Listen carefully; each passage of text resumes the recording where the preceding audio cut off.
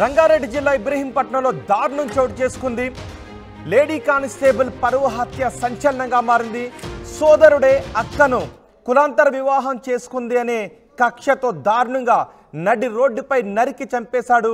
తోడబుట్టిన సోదరుడే తోడబుట్టిన అక్కను కనీసం మానవ సంబంధాలు కానీ అక్క అనే బంధం కానీ ఇవన్నీ మర్చిపోయి కేవలం కులాంతర వివాహం చేసుకుంది అనే కక్షతో స్కూటీపై వెళ్తున్న అక్కను దారి కాచి కారుతో గుద్ది మరి చంపేశాడు. కారుతో గుద్ది ఆమె కింద పడిపోయిన తర్వాత కూడా తెచ్చుకున్న కత్తితో ఆమె మెడపై నరికి చంపేశాడు. నిందితుని తమకు అప్పగించాలి అని డిమాండ్ చేస్తున్నారు. నెల కిందట లవ్ మ్యారేజ్ చేసుకుంది కానిస్టేబుల్ నాగమణి. కులాంతర వివాహం చేసుకుందనే కోపంతో అక్కను నడి రోడ్డుపై నరికి చంపేశాడు తమ్ముడు. హయత్ నగర్ పోలీస్ స్టేషన్లో విధులు నిర్వహిస్తోంది నాగమణి. అక్కడ మనం చూడొచ్చు కారుతో గుద్దడంతో బంపర్ కూడా ఊడిపోయింది. అంత దారుణంగా చాలా వేగంగా వచ్చి చాలా ఫోర్స్గా అక్క వెళ్తున్న స్కూటీని గుద్దాడు. అక్క కింద పడిపోయింది. పాపం కింద పడిపోయి బాధతో ఒక్కసారిగా అరవడం ప్రారంభించింది. ఎదురుగా యముడి రూపంలో తమ్ముడే ఉండటంతో ఆమె ఏం చేయాలో అర్థం కావడం లేదు. తమ్ముడు వద్దు వద్దు అని ఆమె వారించినా కూడా యముడి రూపంలో ఉన్న తమ్ముడు ఆమెను నిర్దాక్షిణ్యంగా అక్కనే బంధాన్ని కూడా మర్చిపోయి నరికి చంపేశాడు. రక్తం పంచుకు పుట్టిన తమ్ముడే రక్తం కళ్ళ చూశాడు దుర్మార్గంగా. దీనిపై అక్కడ స్థానికులు భర్త తరపు బంధువులు ఆందోళన చేస్తూ ఉన్నారు. ఆ నిందితుని తమకు అప్పగించాలి అని డిమాండ్ చేస్తున్నారు. మా ప్రతినిధి దేవిక పూర్తి సమాచారం అందించడానికి సిద్ధంగా ఉన్నారు. దేవిక, ఇంత ఘోరమా? కులాంతర వివాహం చేసుకుందని అక్కను తోడబుట్టిన రక్తం పంచుకు పుట్టిన తమ్ముడే కిరాతకంగా చంపడంపై పెద్ద ఎత్తున ఆందోళన వ్యక్తమవుతుంది. ఇప్పుడు ఎక్కడున్నాడు ఆ దుర్మార్గుడు? ఆ తమ్ముడు ఎక్కడున్నాడు? ఏదైతే ఈ ఘటన ఇబ్రహీంపట్నం పోలీస్ స్టేషన్ పరిధిలో చోటు చేసుకుందో ఇప్పుడు ప్రస్తుతానికైతే ఎవరైతే తమ్ముడు సొంత అక్కని కూడా చూడకుండా అతి కిరాతకంగా అతను తెచ్చుకున్న గొడ్డలితో అతి కిరాతకంగా చంపాడో, అసలు ఇది ఇక్కడ మొత్తం కూడా కలకలం రేపిందని చెప్పొచ్చు రోహిత్. ప్రస్తుతానికైతే అతని తమ్ముడు ఎవరైతే ఉన్నారో అతన్ని పోలీస్ స్టేషన్లో అయితే విచారిస్తున్నారు. అతన్ని కఠినంగా శిక్షించాలి, ఉరి తీయాలి అంటూ కూడా ఎవరైతే నాగమణి అత్తగారు అంటే వాళ్ళ హస్బెండ్ తరపున బంధువులు ఎవరైతే ఉన్నారో వారు ఎంతగానో ఆవేదన వ్యక్తం చేస్తున్నారని చెప్పొచ్చు. ఇప్పటి వరకు కూడా ఇబ్రహీంపట్నం పోలీస్ స్టేషన్ ముందు ధర్నా చేశారు.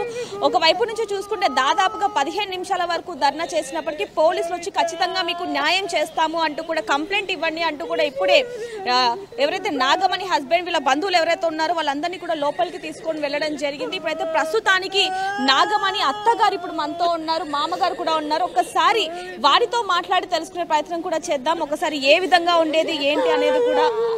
అమ్మ, మిమ్మల్ని బాధ పెట్టాలని కాదు, నిజంగా అంటే పోలీస్ ఏదైతే ఇప్పుడు భద్రత దాంట్లో పనిచేస్తుందో కానిస్టేబుల్ గా పనిచేస్తున్న మీ కోడలికే భద్రత లేదంటే సామాన్య ప్రజలకి ఏ విధంగా ఉంటుంది? మీరు దీని గురించి ఏమంటారు? ఇది నాయమమ్మా, నా గడలే పోలీసు, నాకే భయం అనుకుంటే. పొద్దున్న ఏమని చెప్పి వెళ్ళిందమ్మా? మీతో మాట్లాడిందా పొద్దున్న? మాపడికి నైట్ డ్యూటీ ఉంది అత్తమ్మ, నేను రానన్నది. అయితే మరి అన్న ఏమన్నా పెట్టుకపోమ్మా అంటే ఏమొద్దమ్మా, ఉడికి వేడి వేడిగా తింటానంటది కూడా అన్నది. ఒకరు ఈ మొన్ననే పోతుగా అమ్మ నైట్ డ్యూటీ అని అంటే ఒక ఆమె వంతుకు నేను నా వంతుకు ఆమె వచ్చింది. నేను అయ్యాల వంతుకు చేస్తా అత్తమ్మా, నేను మా అప్పటికి రానని పెట్టుకొని పోయింది. సరే అమ్మా జాగ్రత్త అని చెప్పిన. నవంబర్ 10న యాదగిరిగుట్టలో వాళ్ళు పెళ్లి చేసుకోవడం జరిగింది. మీకు ఇష్టమైన అమ్మ ఆ పెళ్లి మొత్తం కూడా మీ ఇష్టపూర్వకంగానే జరిగింది? మేము ఇష్టమే, మేము తల్లిదండ్రులం పోయినాం, చేపించిన ఇంత పుస్తకం కూడా చేపించిన పేరు మీదనే ఉంది. అంటే ఇప్పుడు నాగమణి కుటుంబీకులు అంటే వాళ్ళ తనకు అమ్మ నాన్న లేరు, కేవలం పెద్దమ్మ పెద్దనాన్న ఉన్నారు, తమ్ముడు ఉన్నాడు. వాళ్ళతో మీరు ఏమైనా మాట్లాడే ప్రయత్నం చేశారా? అంటే ఈ పెళ్లి మీకు ఇష్టమేనా అని చెప్పి ఎప్పుడైనా అడిగారా మీరు? నేను అడిగిన, నేను పోయి అడిగొచ్చిన, అలా పెద్ద నాయనకి చెప్పిన, అలా మేనత్తకి చెప్పొచ్చిన, అమ్మ మా ఇంటికి వస్తుంది మీ మాలలో, మీరు కురుమోళ్ళు మా ఇంటికి రానియకురు అని చెప్పొచ్చిన నేను. సరే అమ్మా, ఎప్పుడూ 8 ఏళ్ళ కింద చెప్పిన నేను. సరే అని చెప్పారు. ఇక మానుకురేమని నేను అనుకున్నా, నాకేం తెలుసు. మొన్న దసరా తెల్లారి నాకు తెలిసింది. అమ్మ నేను గిట్లా చేసుకుంటా అంటే మరి గిట్లాంటి ఇంకా బిడ్డ లేదంటివిగా అంటే ఏం లేదమ్మా, అంతా నేను చదివించి నేను చేసుకున్నా, నేను చేసుకుంటానంటే సరే బిడ్డ. మరి ఈ రోజు తను కానిస్టేబుల్ గా విధులు నిర్వర్తిస్తున్నప్పటికీ కూడా తను ఈ కానిస్టేబుల్ అవ్వడానికి గల కారణం కూడా మీ కొడుకే అని చెప్పి విన్నాము. నిజమేనమ్మా? మా కొడుకే అనే చెప్పింది నాకు. నేను మా అమ్మయ్య లేక నేను అనాథగా బతికిన, శ్రీకాంత్ ఉండేపటికే నాకు ఇది చేసిండు, నేను బతుకుతున్నా అంటే ఈ నుండి మా ఇంట్లోకి వస్తావమ్మ, నేను తక్కువ దాన్ని మీరు ఎక్కువ అంటే నేను వచ్చి ఉంటా మామయ్య అని కూడా చెప్పింది. మా ఇంట్లోకి వెళ్ళి నేను డైరెక్టర్ పోతా, నాకేం భయం లేదని చెప్పింది. అంటే పెళ్ళైన రోజే ఎవరైతే నాగమణి తమ్ముడు ఉన్నాడో అతన్ని బెదిరించాడు, మీ ఇద్దరిని కూడా చంపేస్తాను అని చెప్పి పోలీస్ స్టేషన్లోనే చెప్పడం జరిగిందని చెప్పి విన్నాము. ఆయల్ల నేను రాలే ఇడికి, మేమేమో పెళ్లి చేసినాము, ఇంటికి పోయినా. వాళ్ళు పెళ్లి చేసుకొని ఇడికొచ్చారు. మీకు మీ అబ్బాయి కానీ లేకపోతే మీ కోడలు కానీ ఏమన్నా చెప్పారా, ఇలా బెదిరించారు అత్తమ్మ అని ఏమన్నా చెప్పారా? నేను అమ్మ ఎట్లమ్మా భయం అవుతుందిగా అమ్మ ఎట్లమ్మా అంటే నాకేం భయం లేదు అత్తమ్మ, నేను పోతా వస్తా, నేను ఇంటికి వెళ్ళి కూడా పోతా వస్తా, నాకేం భయం లేదు, నన్ను ఎవరు పట్టించుకోలే 8 ఏళ్ళ నుంచి. నేను ఎట్లా బతికినా, నేను హాస్టల్లో బతికినా, నేను బతుకుతా అని చెప్పింది. సరే ప్రాణానికి నీ ప్రాణానికి ఏం భయం లేదు మామయ్య, నేనున్నా అన్నది. అట్లా కూడా భయపట్టించింది. మేమే భయపడుతున్నాము. ఇక అమ్మ మరి నేను జర 10 మందిలో తిరుగుతున్నాము, ఇవాళ మళ్ళీ నా ఇజ్జత్ పోతుంది ఎట్లా అమ్మ అంటే, నీకు ఏం బాధ లేదు మామయ్య, నేను ఉన్నా అన్నది. నీ మీదకి రానియకుండానే నేను అంత భద్రంగా చేస్తాను. ఆ రోజు సర్పంచ్ ఫోన్ చేసిర్రు నాకు, గుట్టకాడ పెళ్లి చేసుకున్నాను. మా తాతకి ఇట్లా నీకు పెళ్ళి అయిందట, మీ కొడుకు నిజమేనా అంటే చేసుకోరు అని అంటే, ఇక వాళ్ళ కొడుకు ఇట్లా వచ్చిండు తాత కంప్లైంట్ ఇస్తానికి వచ్చిండు అని ఆయన అన్నాడు. అంటే లేదు మరి ఇక వాళ్ళు చేసుకున్నాక నేనేం చేయ పటేలా అని నేను అన్నాను. సరే తాత నువ్వేం చేయలేవు, ఇక సపోర్ట్ ఊకో ఇక అని ఆయన చెప్పిండు. మళ్ళీ ఒకసారి మళ్ళీ జరసేపటికి ఒక గంట అయినాక మళ్ళీ చేసిండు. వీళ్ళు అక్కడనే ఉన్నారు, ఇంకా రానేలే. ఇక వీళ్ళు డైరెక్టర్ రావద్దని అట్లకండి ఇల్లు వచ్చారు, పెళ్లి చేసినాము, ఇంత భోజనం తిన్నారు, వీళ్ళు వెళ్ళొచ్చారు.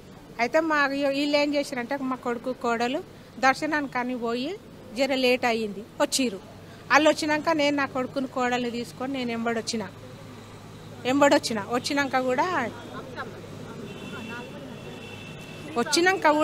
వచ్చినాక నేను ఇబ్రపట్నం వచ్చినాక మేము పిఎస్ కాడికి వేస్తాము, నువ్వు ఇంటికి పోతామ్మా అని అంటే మేము ఇంటికి వచ్చిన వాళ్ళు ఈడికొచ్చారు. అంటే ఎప్పుడైతే వీళ్ళిద్దరికి కూడా వివాహం జరిగిందో అప్పుడే గనక ఇక్కడ నుంచి వెళ్ళిపోయి కొద్ది రోజులు ఎక్కడైనా బ్రతికుంటే గనక ఈ రోజు నాగమణి బతికే ఉండేదని అనిపించిందా మీకు?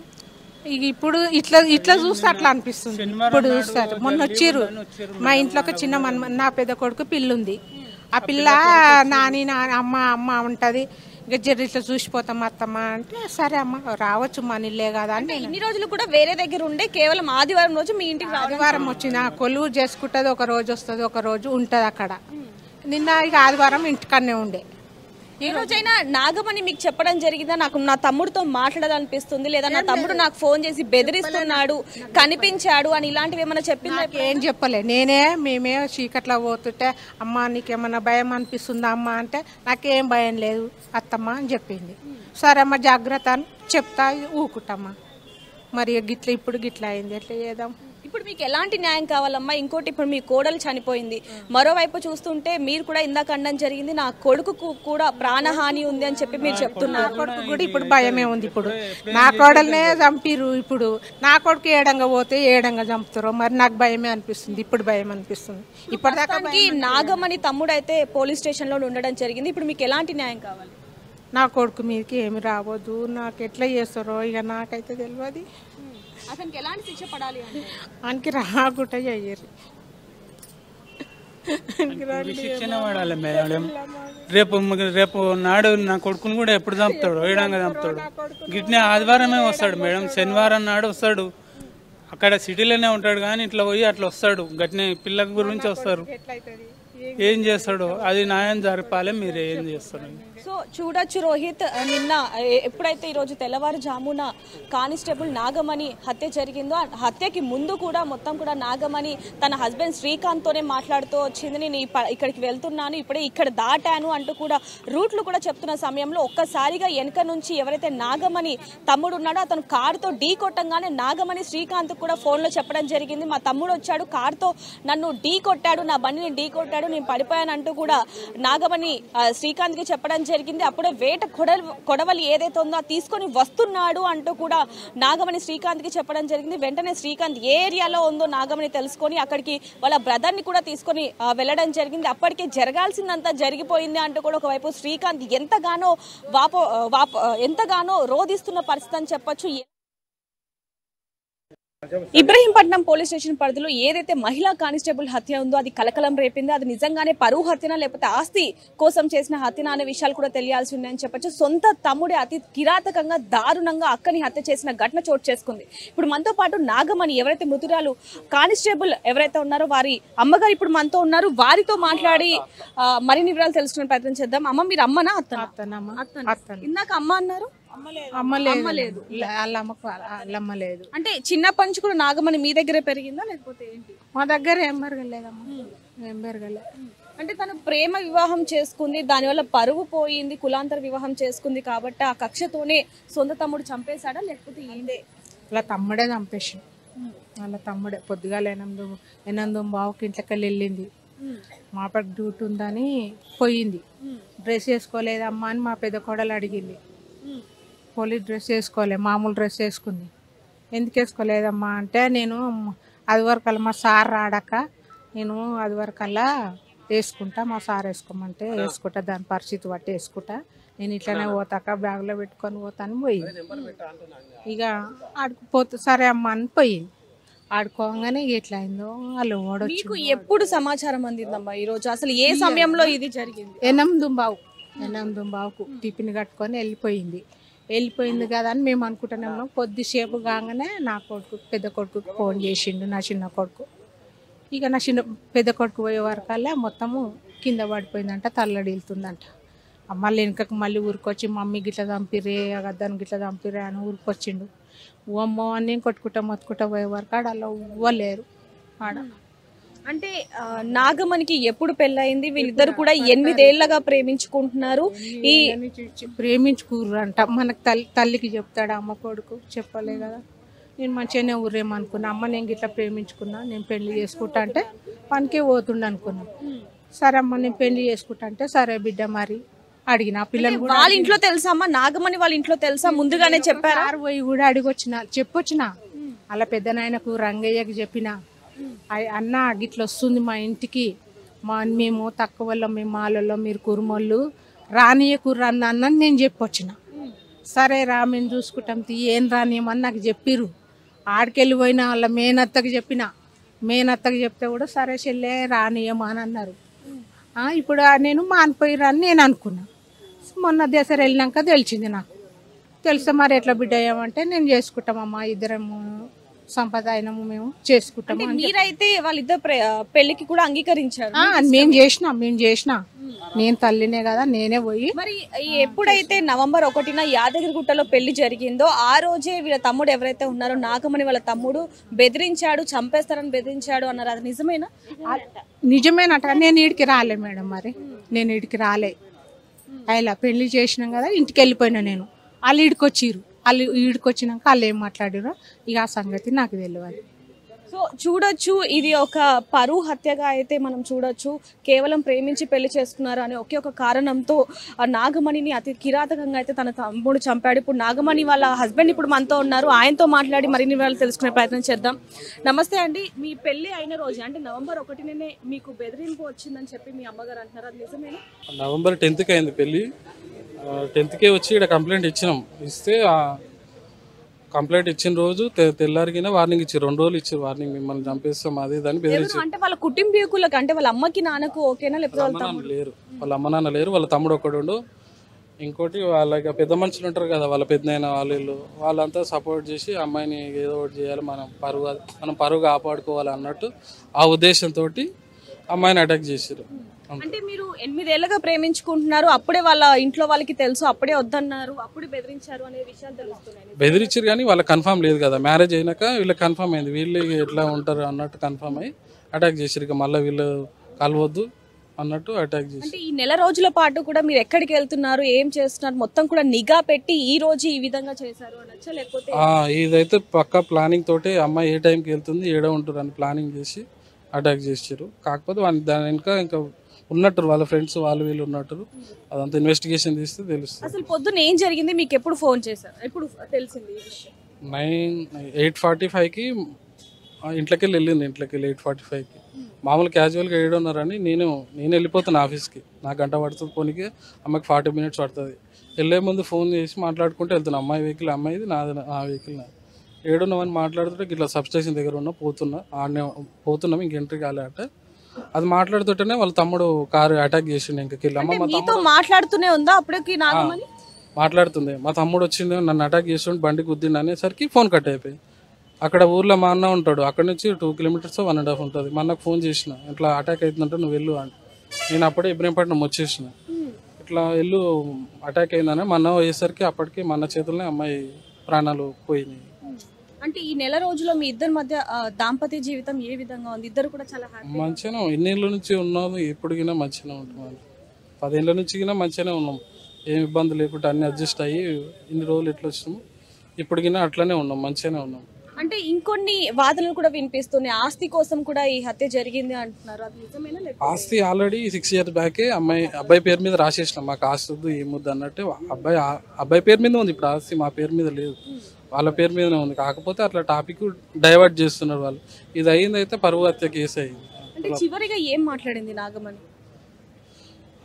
22 seconds మాట్లాడినాము అమ్మాయి నేను. 22 seconds 5 seconds 7 అట్లా మాట్లాడేసరికి 10 మిగతా సెకండ్లు బండి మీద అటాక్ అయ్యి నన్ను ఇట్లా చంపేస్తారు, మావాడు వచ్చిండే నన్ను చంపేస్తుండ అని అదొకటే అయింది. ఇప్పుడు మీకు ఎలాంటి న్యాయం కావాలి అంటే వాళ్ళకి శిక్ష పడాలి అంతే. మళ్ళీ ఇట్లాంటి విషయాలు మళ్ళా జరగకుండా మీరు చూసుకోవాలి. శిక్ష చేయాలి అంతే, వాళ్ళని ఉరి తీయాలి అంతే. ఇక ఆల్రెడీ ఇక్కడ మమ్మల్ని బెదిరించి ఉండే, మీ ఫ్యామిలీలో ఎవరిని ఉంచాం ఇక్కడ అందరినీ చంపేస్తామని మమ్మల్ని బెదిరించారు మేడం ఇక్కడ PS లా. ఇక మామూలు కోపం తెల్లారి సోమవారం సండే పెళ్ళి అయింది, సోమవారం నాడు ఇక్కడికి వచ్చినాం, అయిపోయింది. పోతాప్పుడు బెదిరించిండు, అరే మేము నన్ను ఎవరి నుంచో అందరినీ చంపేస్తారా అని చెప్పిండు. నన్నే అన్నాడు. నేనున్నా మా బాగుండు, వాళ్ళ తరపున కూడా 20 మంది దోస్తులు అంతా రౌడీగాళ్ళు. పైసలు ఇస్తే తాగి ఆ తిరుగుతోళ్ళు వాళ్ళు, పైసలు ఇస్తే తాగి తందనాడతారు వాళ్ళు. ఈ దగ్గర పైసలు మస్తుగా ఉన్నాయి. ఆ పైసల అహంకారంతో ఇడు మాలోడు మా అక్కని చేసుకుని అని చెప్పేసి దాని కింద కక్ష కట్టి పొద్దుగాల మార్నింగ్ డ్యూటీకి పోతుంటే అటాక్ చేసారు మేడం. అట్లా గంతే. అంటే ఇప్పుడు మీకు ఎలాంటి న్యాయం కావాలి అంటారు? దానికి ఉరిశిక్ష పడాలి మేడం. ఏదో మాలోళ్ళు అంటే భయపడాలి. మాలోళ్ళ చీఫ్ అనుకుండు వాడు, మాలోడు చీఫ్ కాదని ఉరిశిక్ష చేయాలి. పోలీసు కఠినంగా శిక్షించాలి వాడిని అంతే, బయటికి రావద్దు. ఇక మిత్రులందరూ దీన్ని ఆస్తి వివాదం అని చెప్పి క్రియేట్ చేస్తారు. 100% ఇది ఆస్తి వివాదం కాదు. కులాంతర వివాహం చేసుకున్నందుకు కక్ష కట్టి దళితుడు చంపినా ఎవడొచ్చి ఏం చేయలేరు అనే ఒక ఉద్దేశంతో కఠినంగా అతి దారుణంగా నరికి చంపడం జరిగింది. దీన్ని మీడియా మిత్రులందరికీ చెప్తున్నా, ఆస్తి వివాదం కారణం కాదు. తక్కువ కులపోడు వీడిని ఏం చేసినా ఏం ప్రాబ్లం కాదన్న ఒక ఉద్దేశంతో అమ్మాయిని నరికి చంపడం జరిగింది. అందరికీ దండం పెట్టి చెప్తున్నా, ఇది ఆస్తి వివాదం కాదు. ఎప్పుడైతే ఈ ఘటన చోటు చేసుకుందో అప్పుడు వాళ్ళ కుటుంబ సభ్యులు కానివ్వండి, బంధువులు కానీ ఎవరైనా వచ్చారా ఇక్కడికి? వాళ్ళు ఎవరు రాలేదు మేడం. ఇంకా వాళ్ళు ఎవరు రాలేదు. ఇక వాళ్ళు ఇచ్చిపెట్టేసారు. వాళ్ళు ఎవ్వరు రాలే. ఇప్పుడు వస్తారా మేడం ఇక్కడికి? ఇంత జరిగినాక వాళ్ళు ఇక్కడికి వస్తారా మేడం? ఇక్కడికి రాలేదు. అట్లా సో చూడొచ్చు, ఇది అసలు ఆస్తి కోసం చేసిన హత్య కాదు, కేవలం కులం అంటే కులాంతర వివాహం చేసుకున్నందుకు ఈ విధంగా హత్య జరిగింది అంటూ కూడా ఇక్కడ కుటుంబ సభ్యులు వీళ్ళందరూ కూడా ఎంతగా వాపోతున్నారు అనేది కూడా మనం చూస్తూనే ఉన్నాం. మరోవైపు నుంచి చూస్తే మాకైతే ఏదైతే ఇప్పుడు జరిగిందో, ఏదైతే ఇప్పుడు నాగమణి హత్య జరిగిందో సేమ్ అలాగే అతను కూడా చంపాలి, ఉరిదీయాలి, మాకు న్యాయం కావాలి అంటూ కూడా ఒకవైపు నాగమణి భర్త అయితే ఆరోపిస్తున్న పరిస్థితి అని చెప్పొచ్చు. అటువైపు చూడొచ్చు వాళ్ళు ఎంత ఆవేదన వ్యక్తం అవుతున్నారు అనేది కూడా మనకి చాలా క్లియర్గా తెలుస్తుంది. మాకు న్యాయం కావాలి అంటూ కూడా ఒకవైపు నుంచి వాళ్ళ కుటుంబీకులు అందరూ కూడా పోలీస్ స్టేషన్కి వచ్చి వాళ్ళ స్టేట్మెంట్ అయితే ఇవ్వడం జరిగింది. మాకు న్యాయం జరగడానికి మేము ఎంత దూరమైనా వెళ్తామంటూ కూడా ఇక్కడ ఎంతగానో ఆవేదన వ్యక్తం చేస్తున్నారు. ఎవరైతే నాగమణిని చంపిన వాళ్ళ తమ్ముడు ఉన్నాడో అతన్ని మాత్రం ఇప్పుడు ఉరి తీయాలి అంటూ కూడా ఇక్కడ పోలీస్ స్టేషన్ ముందు అయితే వాళ్ళు వచ్చి పోలీసులని వాపోతున్న పరిస్థితి అని చెప్పొచ్చు. ఇప్పుడు ఏదైతే కులాంతర వివాహం చేసుకున్నందుకే నా భార్యని చంపారు అంటే మహిళా కానిస్టేబుల్ ని చంపారు నాగమణి ఎప్పుడైతే తెలిసిందో అప్పుడే అంటే చిన్న కులం అనగానే అంత హేళన ఎందుకు అని చెప్పి వీళ్ళందరూ కూడా మాకు న్యాయం జరగాలి అంటూ కూడా ఇప్పుడు రోడ్డు మీద ఏదైతే ఇబ్రహీంపట్నం పోలీస్ స్టేషన్ ఉందో ఆ ఎదురుగా అయితే వీళ్ళు ఇప్పుడు ధర్నాకి దిగబోతున్నారు. ఇక్కడ చూడొచ్చు బండ్లను కూడా ఆపేస్తున్న పరిస్థితి. ఆపేసి ఇక్కడ మేము ధర్నా చేస్తాము అంటూ కూడా ఇక్కడ ఇది చేస్తున్న పరిస్థితి అని చెప్పొచ్చు. ఒక్కొక్కరిని అందరినీ కూడా లోపల నుంచి పిలిచి బయట వెహికల్ ని కూడా ఆపేసి ఇక్కడ ధర్నా చేస్తున్న పరిస్థితి అని చెప్పొచ్చు. సో అక్కడ చూడొచ్చు ఎవరైతే నాగమణి భర్త ఉన్నాడో అతను రోధిస్తూ నా భార్య చనిపోయింది అంటూ కూడా రోధిస్తూ కుటుంబీకులందరూ కూడా ఒక్కసారిగా ఉన్నాం. పరువు హత్య ఏదైతే జరిగిందో దానికి సంబంధించి మాకు న్యాయం జరగాలి అంటూ కూడా వీళ్ళు ఎంతగానో ఆవేదన వ్యక్తం చేస్తున్నారు. నమస్కారం. రోజున బర్త్డే దీర్ఘాయుష్మాన్ బాబా.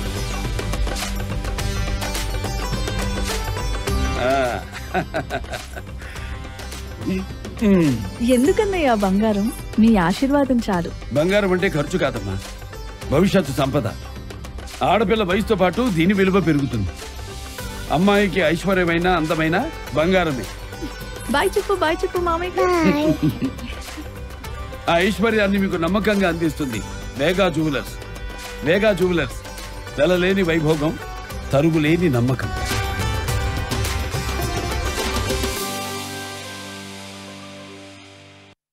ఆర్టీవీ యాప్ వార్తల్ని క్షణాల్లో చదివే అవకాశం ఉంటుంది. ఒక న్యూస్ పేపర్, ఒక టెలివిజన్ ఛానల్ మీ చేతుల్లో ఎప్పుడూ ఉంటాయి.